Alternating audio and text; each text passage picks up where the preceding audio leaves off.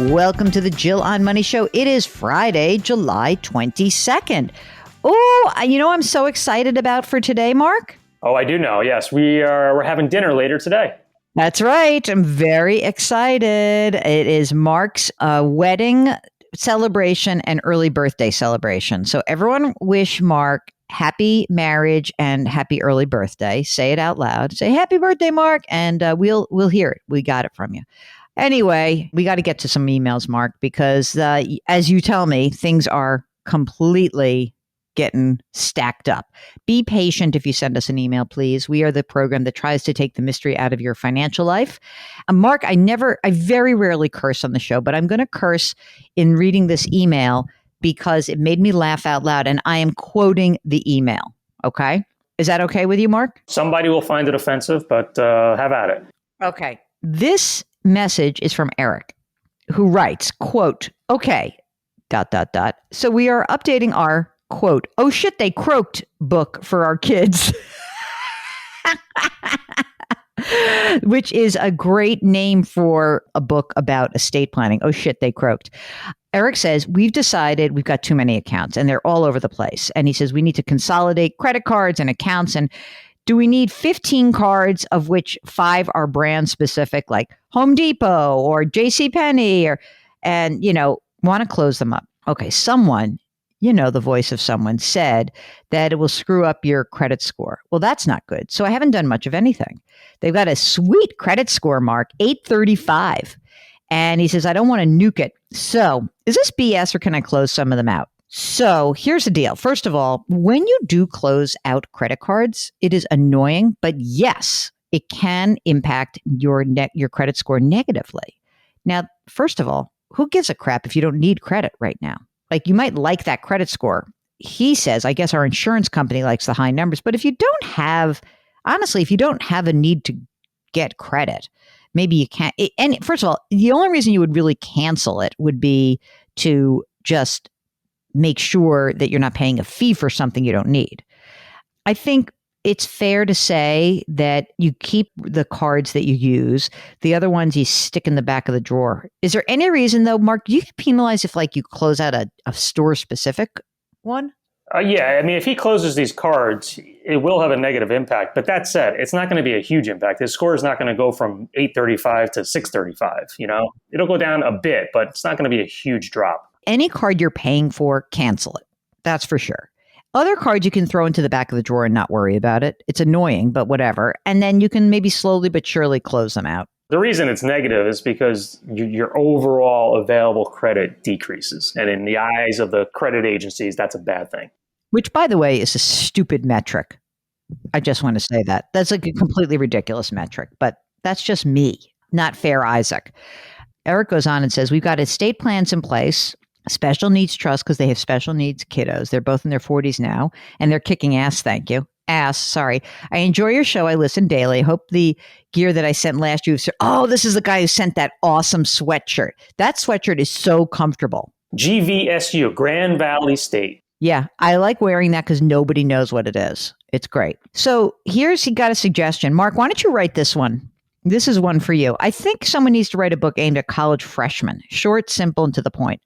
And get it to kids before they F up their lives with expensive loans and the like. So maybe sooner than college. But you get it, I hope. Looking forward to your new book in January 23. Shameless plug for you. You're welcome, E.T.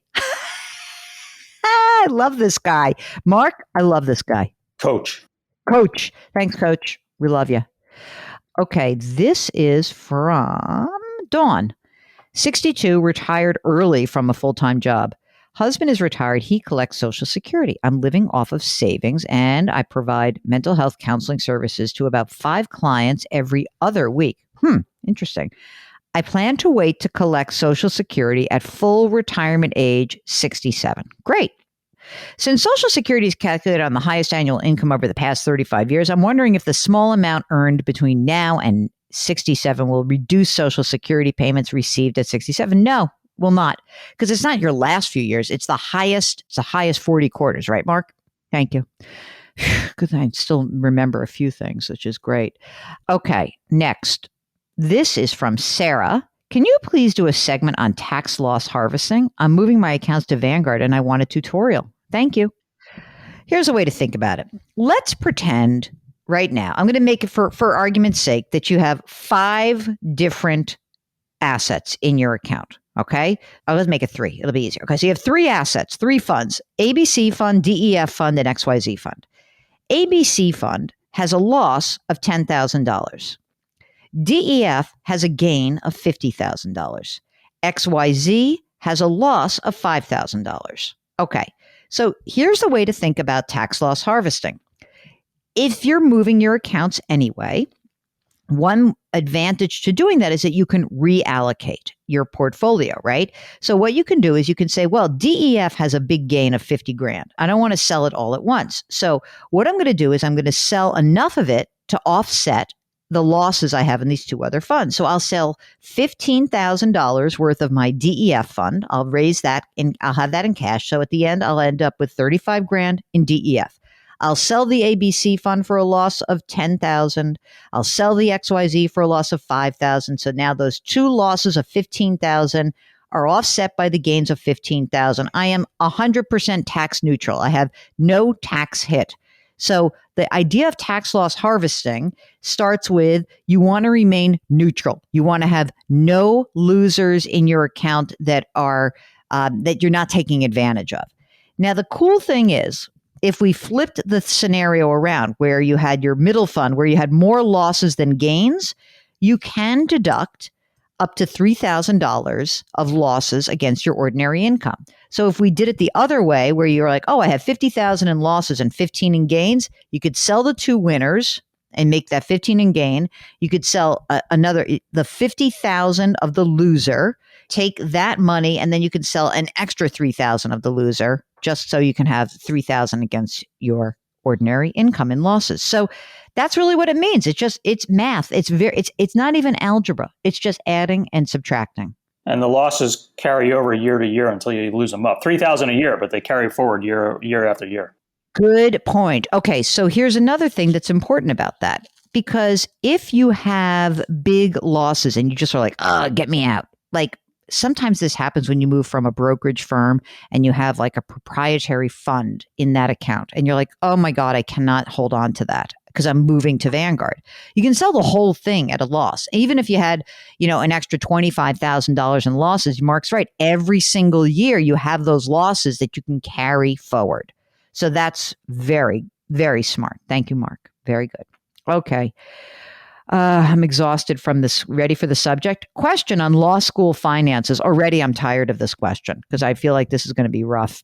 Okay, here's the question. This is from Janine, who got into law school on a full ride and she completed the first year. She did well, but I could not stay. But I could not stand the lack of rigor in academics and the dearth of support for anything I wanted to do. The school's not highly ranked, which does matter in the legal job market, but it can be overcome if you work hard. I applied to transfer. I got into one of the best law schools in the nation. 0 financial aid. Oof. Law school is a means to an end for me. So it's a cost-benefit analysis. I am set on public interest, and they do have a good loan repayment assistance program that has an income cap of 100 grand, under which you pay $0 on your loan, and they'll be forgiven after 10 years of qualifying employment. I'm debt averse. I don't know if I should take the opportunities and ease represented by transferring or continue to suffer and struggle to live debt-free and independent at my current crapo school. She didn't say crapo school. All right, Mark, what do you think? Should we say go do it? And as long as she does public loan forgiveness, it's possible. What do you think? Yeah, that's the only caveat. As long as she's committed to going down that path and having the loans forgiven, I have no problem with it. I have no problem with it either. I don't think you should be in a place where you're like, oh my God, I'm completely, this is a terrible place for me. That's not good. That's not good at all. So we are all aboard with you. Very good. Okay. So don't have to worry, but make sure if you want to sell out and work in corporate America and you've got like $150,000 in law school debt, then you better make a lot of money and work at one of those big, white shoe law firms. So those are your choices. Be a do-gooder, have no debt, sell out, have debt, but make a lot of money and be able to pay out the debt. Okay. All right. Mike wants to know HSA versus Roth. Mike is 56. He's married. $720,000 in a traditional 401k. He switched to a Roth at the beginning of the year. And he said, I'm contributing 5% of my $170,000 of income into the Roth. Okay. I've got $15,000 in an HSA, which is invested. If I want to invest an additional $5,000 this year, it would seem that maxing out the HSA with the tax deduction and tax-free growth is better than the non-deductible Roth, right? Maxing out HSA first, then extra dollars, either brokerage account for liquidity or Roth 401k. Thanks, Mike. What do you say, Mark? What do you want to do? Yeah, it's an interesting scenario. I mean, the HSA, it has the triple tax advantage. The Roth doesn't quite have that. I mean, and he's 56, so he is going to need health insurance. We need to know a tiny bit. Sorry, my microphone just slipped out of the holder. I think that I would love to know a little bit more about you. Like, you're 56, you got 720. What other money do you have? I would max out the HSA and then do a brokerage account. That's what I think. If you don't have any other money that's already in non-retirement money. And by the way, if you have an HSA, I do think it's a somewhat underused benefit. And we have another question about it. So this is from John, who says, I'm starting a new job this week and I'm weighing insurance options. I am intrigued by the high deductible plan that would give me access to an HSA, but I'm not sure if the risk of additional cost makes sense for our family. My husband and I both work. We've got a 5-year-old and a 10-month-old. Any help with how to evaluate the cost of our insurance options would be appreciated. Thank you, John. This is a harder one. You know why? Because you have a lot of expenses with those kiddos, right, Mark? I mean, when you have an HSA, you have a high deductible plan, which means you have to actually have enough money saved in that HSA to take advantage of having to pay out of pocket for a bunch of the money.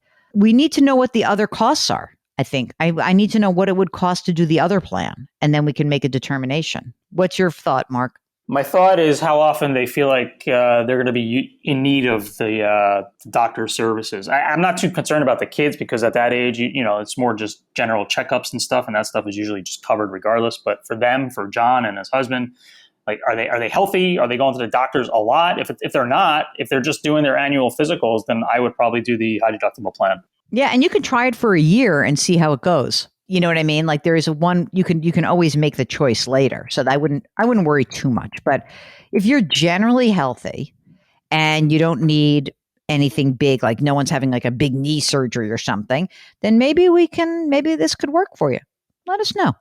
I also, when you do those kinds of comparisons, it's good to also just look at what the comparison is, right? So like, what would it cost to go into like your PPO or whatever you have available to you? So let us know.